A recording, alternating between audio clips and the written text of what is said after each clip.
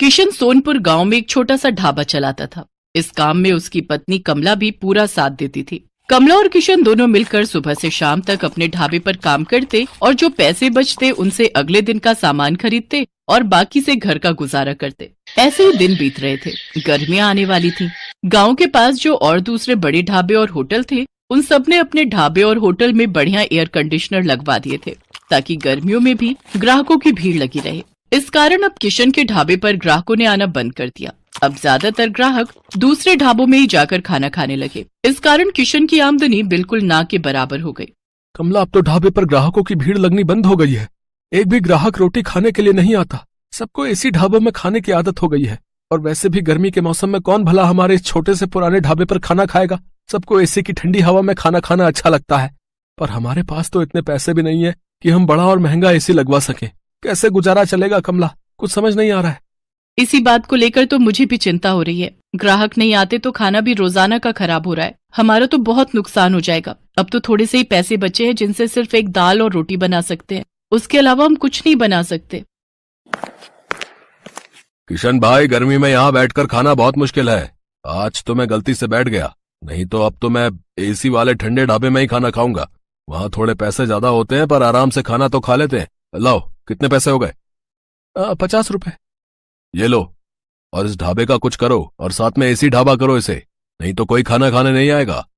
दिन पर दिन किशन और कमला परेशान रहने लगे। अब तो इक्का दुक्का ही ग्राहक उनके ढाबे पर आता। इस कारण किशन ने सिर्फ एक दाल और रोटी बनानी शुरू कर दी, क्योंकि बाकी चीजें अगर वो बनाए तो ग्राहक नहीं आए तो खराब हो जाएंगी और फिर पैसे भी तो चाहिए। इसी कारण वो जैसे तैसे अपना ढाबा थोड़ा बहुत चला रहा था।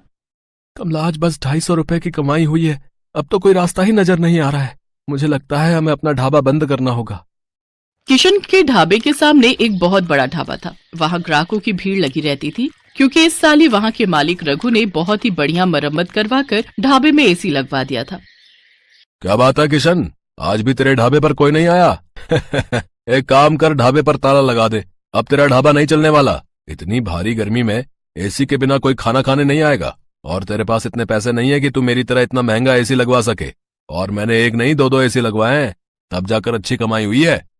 किशन और कमला ने सोच लिया था कि अब इस ढाबे को बंद कर देंगे। थोड़ा बहुत राशन रखा था, जिससे उन्होंने आज का ढाबे का खाना बना लिया था। कमला, ये दाल और रोटी जो बनाई है बस आज की बेच लेते हैं, कल से ताला लगा ही देंगे। कोई फायदा दिखाई नहीं दे रहा है। हाँ, मैंने जो दाल बची थी वो बना दी है, और थोड़ी बहुत तंदूर की रोटियां भी। उस दिन पूरा दिन कोई भी ग्राहक नहीं आता। दाल और तंदूर की रोटियां ऐसे ही रखी थी। कमला, मुझे लगता है अब कोई नहीं आएगा। रात के 9 बज रहे हैं, हमें घर चलना चाहिए।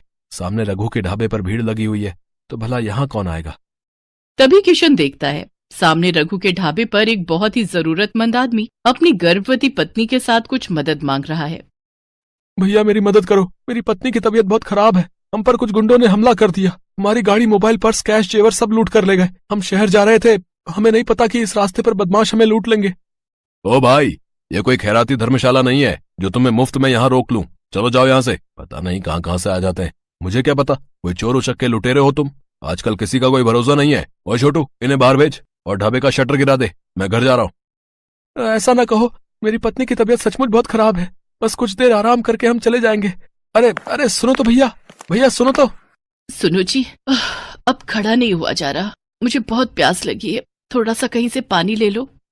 किशन और कमला उस व्यक्ति और उसकी पत्नी को देख रहे थे। किशन दौड़कर उनके पास जाता है। भैया जी, आप चिंता मत करो, आप मेरे साथ मेरे ढाबे पर चलो।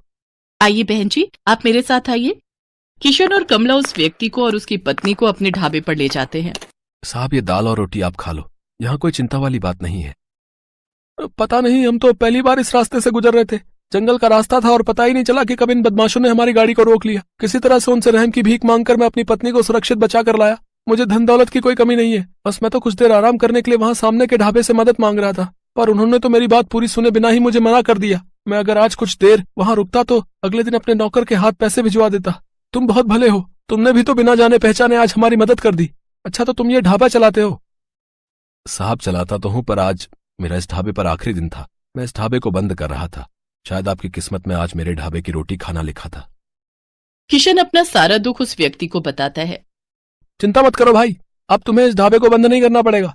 मेरा नाम वीरेंद्र सिंह है, मैं शहर का जाना माना व्यापारी हूँ। मेरे पास भगवान का दिया सब कुछ है, बस एक औलाद की कमी थी, वो भी भगवान ने हमारी झोली में खुशियां देकर पूरी कर दी। आज मेरी पत्नी की तुमने बहुत मदद की है। अब उसकी तबीयत में भी सुधार है और हम पति पत्नी सुरक्षित घर पहुंच जाएंगे। इससे बड़ी और क्या बात होगी। सुषमा, अब तुम्हें कैसा लग रहा है? मैं बिल्कुल ठीक हूँ जी। कमला ने मेरी बहुत देखभाल की है। अब मुझे बिल्कुल ठीक लग रहा है। अब मैं सफर कर सकती हूँ। किशन, तुम चिंता मत करो, मैं कुछ दिनों में तुम्हारे पास आता हूँ। तुम्हारे इस ढाबे को एसी ढाबा बनाने की जिम्मेदारी मेरी है। किशन और कमला की खुशी का ठिकाना नहीं था। उन्होंने किसी मजबूर की सहायता की तो भगवान ने उनकी सहायता की। कुछ दिनों बाद जब वीरेंद्र सिंह लौटता है तो उसके हाथ में एक मिठाई का डिब्बा था। उसकी पत्नी के बेटा हुआ था। बेटा होने की खुशी जानकर कमला और किशन भी बहुत खुश होते हैं। वीरेंद्र सिंह अपने खर्चे से किशन और कमला को एक बहुत ही बढ़िया और बड़ा एसी ढाबा बनाकर देता है, जो फुली एयर कंडीशनर था। किशन का ढाबा किसी बड़े 5 स्टार होटल से कम नहीं था। अब तो ग्राहकों की भीड़ उस ढाबे पर आने लगी। ढाबा देखने में बहुत सुंदर था। किशन ने गांव के और भी मजबूर लोगों को अपने ढाबे में नौकरी दी। किशन का ढाबा दिन के साथ साथ रात में भी खुला रहता था, ताकि हाईवे से आने जाने वाले लोगों को किसी भी बात की परेशानी न हो। गरीबों के लिए उस ढाबे पर मुफ्त खाना था। वीरेंद्र सिंह अपनी पत्नी के साथ अक्सर किशन के ढाबे पर आ जाता था।